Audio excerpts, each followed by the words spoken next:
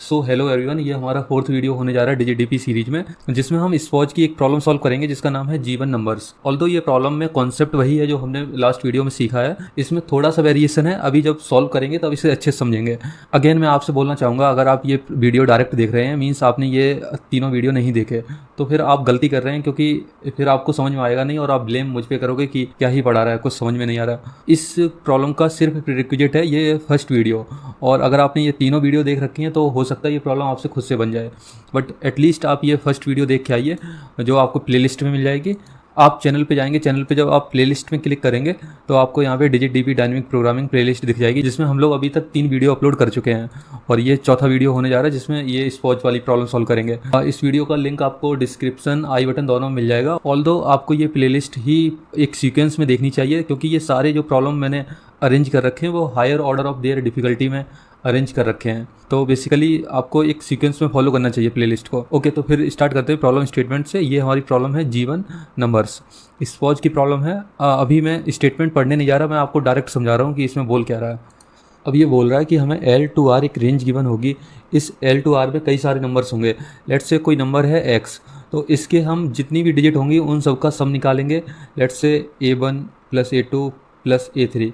अगर सपोज ये 3 डिजिट का नंबर है तो इसकी ये सारी डिजिट का सम निकालेंगे, और अगर ये सम प्राइम आता है तो हम इस नंबर को काउंट करेंगे। अगर ये प्राइम आता है तो इसे काउंट करेंगे, अदरवाइज इसे इग्नोर करेंगे। तो बेसिकली करना क्या है कि अब एक बार टेस्ट केस पे समझते हैं तो ज़्यादा क्लियर होगा।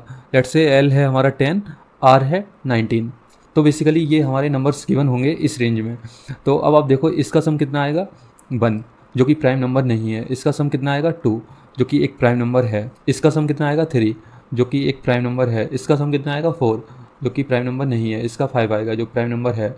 इसका 6 आएगा, प्राइम नंबर नहीं है। इसका 7 आएगा, प्राइम नंबर है। इसका 8 आएगा, प्राइम नंबर नहीं है। इसका 9 आएगा, नहीं है। इसका 10 आएगा, प्राइम नंबर नहीं है। तो बेसिकली इस कंप्लीट रेंज में हमें कितने प्राइम नंबर मिले जिनका सब प्राइम नंबर है? तो एक हमें ये 11 मिला, एक ये 12 है, एक 14 एंड देन 16। तो टोटल 4 नंबर हमें इस रेंज में मिले हैं जिनकी डिजिट का अगर हम सम निकालें तो वो प्राइम नंबर आता है।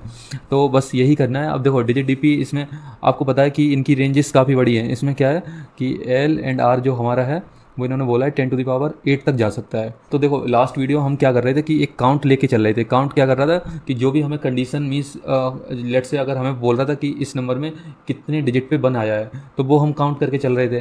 किसी पर्टिकुलर नंबर के लिए वो हम काउंट लेके चल रहे थे। अब इसमें हमें क्या निकालना है? किसी पर्टिकुलर नंबर के डिजिट का सम। तो अब आप देखो कोई नंबर 10⁸ तक नंबर जा सकता है, तो हो सकता है उस नंबर में सारे 9 प्रेजेंट हों। तो लेट से ये हमारा नंबर है जो कि लेस देन होगा, जो कि लेस देन 10⁸ है। तो अब आप देखो इसका सम कितना आएगा। ये कितनी बार 9 है? 8 टाइम। तो 9 × 8 ये हो जाएगा 72। तो आप देखिए मैक्सिमम सम जो जा सकता है वो है 72। मीन्स हम डायमेंशन जो डिफाइन करेंगे DP में उसे 80 ले लेंगे ओवरफ्लो से बचने के लिए। बट ये चीज़ हमें समझ में आई कि मैक्सिमम सब 72 जा सकता है। अब मान लो 72 से आगे जाएगा नहीं कोई सम, तो हम प्राइम नंबर चेक जो करेंगे वो इस सम में ही तो करेंगे। मीन्स पहले हम सम निकालेंगे, उसके बाद चेक करेंगे क्या ये प्राइम नंबर है। अगर प्राइम नंबर है तो फिर काउंट कर लो, और अगर प्राइम नंबर नहीं है तो फिर इसे इग्नोर करो। जब हम कोड करेंगे तो ये चीज़ ज़्यादा अच्छे से समझ में आएगी। अभी जो मैं समझाना चाह रहा हूँ वो समझो आप। लास्ट वीडियो जो अपडेट काउंट निकाले थे, अब क्या निकालेंगे? Update some. लेट्स से अगर हम इस पोजीशन पे खड़े हैं तो इस पोजीशन पे हम 0 to 9 सारे नंबर भरेंगे। मीन्स जो हम लिमिट निकालेंगे, लिमिट के अकॉर्डिंग 0 to लिमिट सारे नंबर इस पोजीशन पे भरेंगे।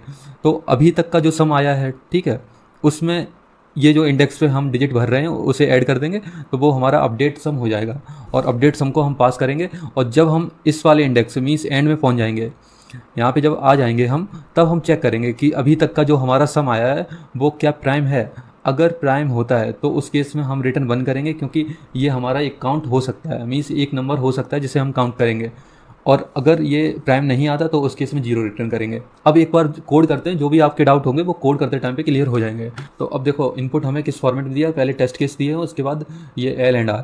तो हम क्या करेंगे, इसे थोड़ा सा चेंज करेंगे। अब यहाँ पे हम L एंड R को स्कैन करते हैं, इंट L एंड R। ये स्कैन किया। हमें पता है DigiDP में हम आंसर कैसे निकालते हैं, पहले 0 to R का निकालते हैं, उसमें से माइनस करते हैं 0 to L-1। ठीक है, तो हम अभी 0 to R आंसर निकालेंगे। मीन्स राइट वाला जो नंबर है R, उसे हम स्ट्रिंग में कन्वर्ट करेंगे एंड देन उससे आंसर निकालेंगे। RI to string R। Okay अब देखो डीपी हम पहले यहाँ पे डिक्लेयर करते हैं कि डीपी कितने साइज की होगी। तो हमें पता है डी 10⁸ तक जा सकता है, तो बस वही सेफ्टी के लिए हम यहाँ पे 10 डिफाइन कर लेते हैं इंडेक्स के लिए। टाइट होगा हमारा बुलियन, तो उसके लिए 2, एंड देन हमारा क्या होगा सम, जो हम पर्टिकुलर किसी नंबर के जो डिजिट आएंगे उनका टोटल सम निकाल के रखेंगे। तो वो मैंने आपको बताया था 72 से ज़्यादा नहीं जा सकता है। तो उस केस में क्या करेंगे भाई, ओवरफ्लो से बचने के लिए हम 80 डिफाइन कर देंगे इधर, ठीक है।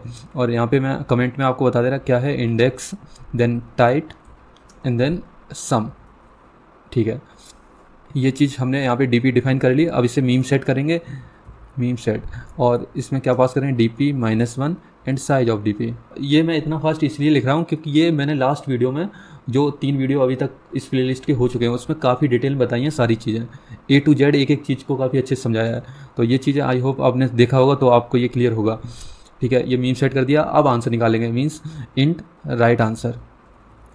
तो ये क्या होगा, सॉल्व फंक्शन को कॉल करेंगे, सॉल्व में पास करेंगे स्ट्रिंग RI, इंडेक्स पास करेंगे 0, टाइट इनिशियली हमारा 1 रहता है, एंड देन पास करेंगे सम जो कि होगा इनिशियली 0, एंड ये हमारा राइट से आंसर आया। यही चीज़ करेंगे लेफ्ट के लिए, स्ट्रिंग लेफ्ट, स्ट्रिंग में से कन्वर्ट करेंगे टू स्ट्रिंग फंक्शन का यूज करके, इसमें पास करेंगे L-1, ठीक है। मीम सेट करेंगे डीपी को अगेन, क्योंकि इसमें जो डीपी होगी उसमें ग्लोबली डिफाइन है डीपी, इसलिए उसमें जो राइट से हमने आंसर निकाला वो कुछ कैलकुलेशन उसमें स्टोर होगी ऑलरेडी, तो उसे क्लियर करेंगे और री इनिशियलाइज करेंगे। तो उसके लिए क्या है, meme set DP -1 and size of DP, ठीक है। ये हो गया। अब क्या करेंगे, लेफ्ट से answer, int left answer, solve function को कॉल करेंगे, लेफ्ट पास करेंगे left string and 0 1 and 0 means index tight and sum, और हमारा आंसर क्या हो जाएगा, right answer minus left answer and L, ठीक है। ये हमारा मेन फंक्शन का काम हो गया। अब सॉरी, यहाँ पे टेस्ट केस को भी स्कैन करना है, उसके बाद ये, तो ये हमारा मेन फंक्शन का काम हो गया। अब चलते हैं सॉल्व फंक्शन को डिफाइन करने। तो बेसिकली यहाँ पे सॉल्व फंक्शन क्या होगा, इंट रिटर्न करेगा और इसमें स्ट्रिंग पास करेंगे हम बाय रेफरेंस, एंड इंडेक्स को पास करेंगे IDX, एंड टाइट को पास करेंगे टाइट, एंड काउंट को पास करेंगे इंट सम। अब देखो यहाँ पे बेस कंडीशन मैंने आपको अभी डिस्कस की थी कि बेस कंडीशन क्या होगा, जब हम किसी भी नंबर के सारे डिजिट प्रोसेस कर लेंगे तो क्या होगा, हम उस इंडेक्स पहुँच जाएंगे जो s.size के बराबर होगा। तो यहाँ पे वही लिखते हैं, अगर IDX हमारा बराबर हो जाए s.size के, तो उस केस में हम चेक करेंगे क्या जो अभी तक का सम आया है, मीन्स जो हम सम ये लेके चल रहे हैं ना, इसे चेक करेंगे क्या ये प्राइम है। तो यहाँ पे इज प्राइम एक फंक्शन लिखेंगे, उसमें पास करेंगे सम को, और अगर ये ट्रू आता है तो उस केस में हम रिटर्न कर देंगे 1, अदरवाइज एल्स में रिटर्न कर देंगे 0, ठीक है। ये चीज़ हमें समझ में आई अच्छे से। अब चलते हैं कि वही मेमोराइजेशन वाला स्टेप है इसके बाद, कि if DP of IDX and tight and sum, अगर ये नॉट इक्वल टू है -1 के, तो उस केस में हम क्या करते हैं, आंसर हमने ऑलरेडी स्टोर करके रखा है उसे रिटर्न कर देंगे, और वो स्टोर करके रखा है DP of IDX and tight and sum इस पोजीशन पे, ठीक है। तो ये रिटर्न कर दिया। अब इसके बाद क्या करते थे, लिमिट निकालते थे। लिमिट मीन्स हमारा लूप कहाँ तक चलेगा, तो उसके लिए क्या करेंगे, इंट लिमिट, और लिमिट में क्या रहेगा, अगर हमारा टाइट ऊपर से 1 आया है तो उस केस में हम क्या करेंगे, S ऑफ IDX -0 इसे असाइन करेंगे, अदरवाइज लिमिट में 9 असाइन करेंगे, भाई रेस्ट्रिक्टेड मोड और नॉन रेस्ट्रिक्टेड मोड। एंड इसके बाद हम लूप चलाएंगे। लूप चलाने से पहले यहाँ पे एक आंसर वेरिएबल डिफाइन कर लेते हैं, आंसर जो कि इनिशियली 0 होगा, और लूप चलाएंगे int I equal to 0 to limit I++, ठीक है। ये लूप चलाया। अब इसके बाद सम हम निकाल के चल रहे हैं। अब इस पर्टिकुलर पोजीशन जो IDX है, इस पर हम 0 टू लिमिट सारे डिजिट्स रख के चेक करेंगे।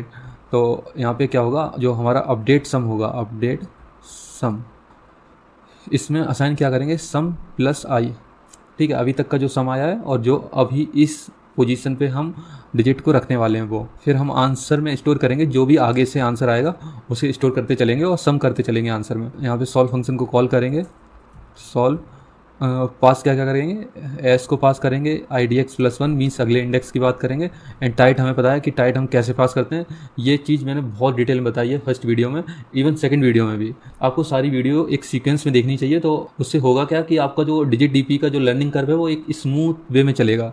ओके, तो फिर यहाँ पर हम क्या करते थे, टाइट का एंड कर देते किसके साथ, अगर I हमारा हो जाए S ऑफ IDX माइनस इस करेक्टर से हम डिजिट में कन्वर्ट हो रहे, तो उसके लिए करेक्टर 0 को माइनस करेंगे। अब टाइट के बाद क्या, यहाँ पे सम पास करेंगे, अपडेट सम।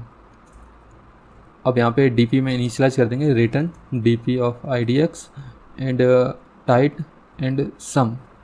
ओके, इसमें क्या स्टोर कर देंगे, आंसर, और ये हमारा रिटर्न हो रहा होगा, यहाँ से आंसर आ रहा होगा। ठीक है, अब एक बार चला के देखते हैं चल रहा है क्या। ओके इसमें हाँ इच प्राइम फंक्शन है वो हमने लिखा ही नहीं, तो बेसिकली जो सम है वो 80 तक जाएगा, तो मैं इच प्राइम जो फंक्शन है वो ब्रूट फोर्स लिखूंगा बिल्कुल। तो क्या है, वूल इच प्राइम, क्योंकि इसे ऑप्टिमाइज भी किया जा सकता है बट ऑप्टिमाइज करने की कोई ज़रूरत नहीं दिख रही मुझे अभी।